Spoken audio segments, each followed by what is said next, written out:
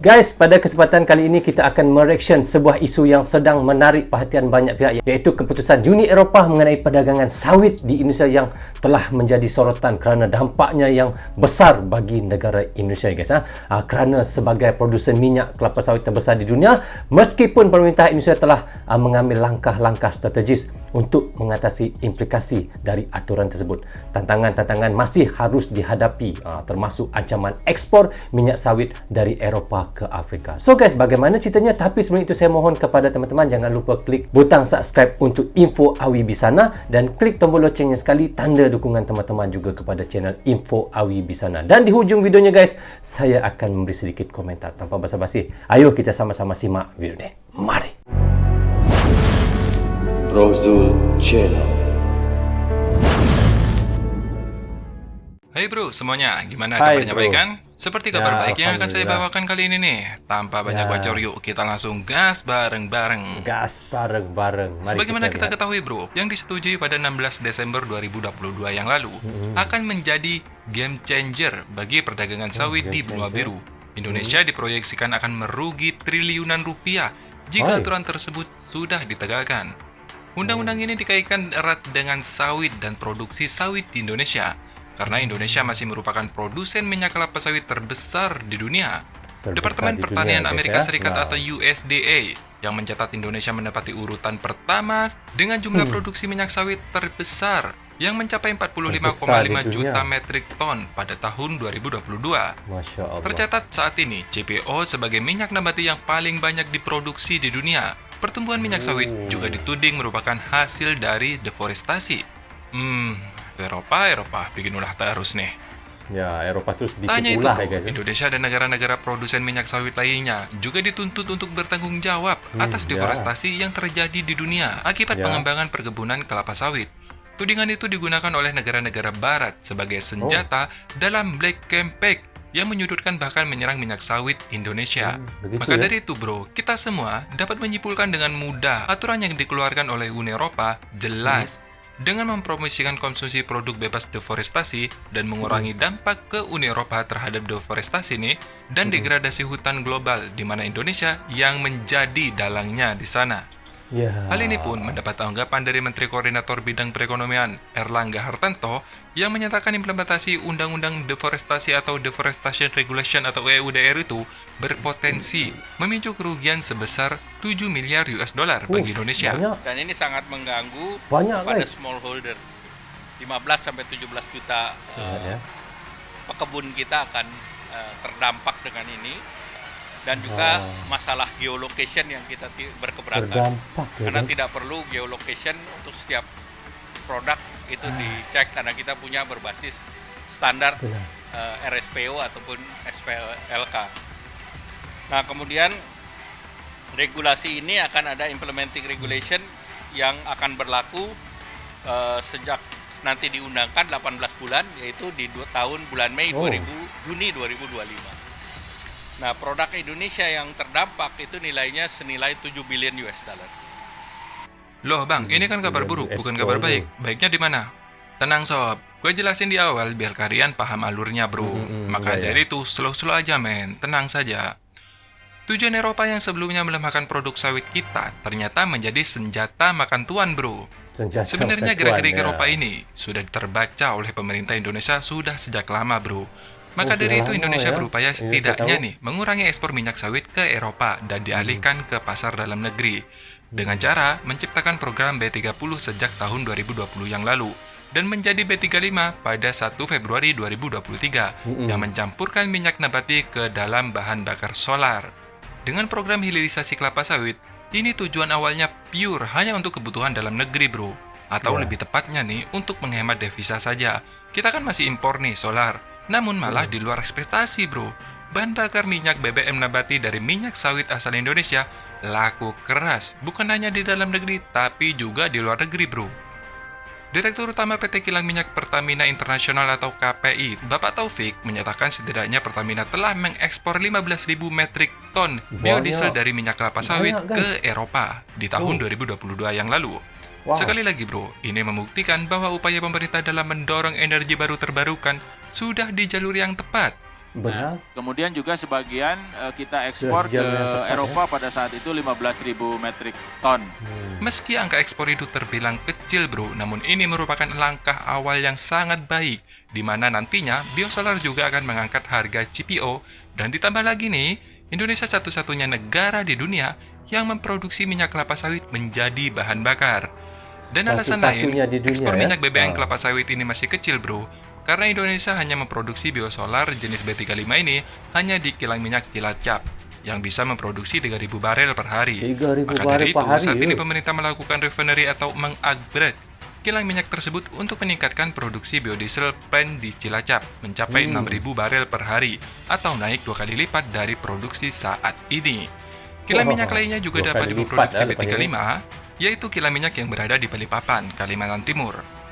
Dan mungkin ada yang bertanya nih, kenapa bang diekspor gak dipakai di dalam negeri? Jawabannya kenapa? bro, karena kebutuhan B35 di dalam negeri sendiri sudah terpenuhi. Berdasarkan siaran pers 15 Desember 2022, Gitu. pada tahun 2023 ini saja, targetnya hanya sekitar 13 juta sekian kiloliter bro. Sedangkan kita sudah bisa memproduksi 16 juta sekian kiloliter. Ya ada gap selisih 3 juta kiloliter bro.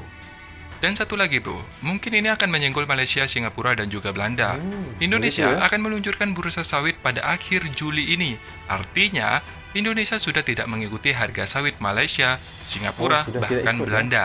Peluncuran Harga sawit bursa sendiri sawit lah, ya? asal Indonesia tersebut nantinya akan menjadi sebuah acuan harga minyak sawit mentah atau CPO asal Indonesia untuk diekspor.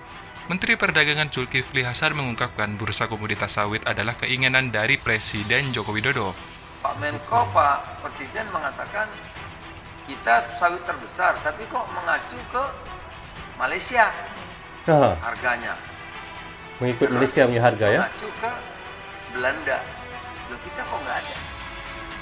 Jadi kalau kita menghitung harga, lihat dulu tuh bursa Malaysia, bursa Belanda, lah kita nggak ada gitu. Nah, itu penting ada. Pemerintah juga menegaskan Ya, heran ya, bahwa mengikut Indonesia harga merupakan negara daripada Malaysia, produsen ya? sawit terbesar di dunia. Jadi untuk menentukan harga sawit dunia, yang paling berhak ya tentu Indonesia bro, bukan Malaysia, Belanda, bahkan Singapura. Hal itu diungkapkan di Ekonomi Update pada Selasa 11 Juli 2023. Melihat semua ini bro, salah satu negara Eropa yakni Portugal malah keluar dari geng mereka. Bukannya ikut menjatuhkan sawit Indonesia nih, malah datang ke Jakarta untuk menawarkan investasi di bidang minyak kelapa sawit hingga kerjasama maritim.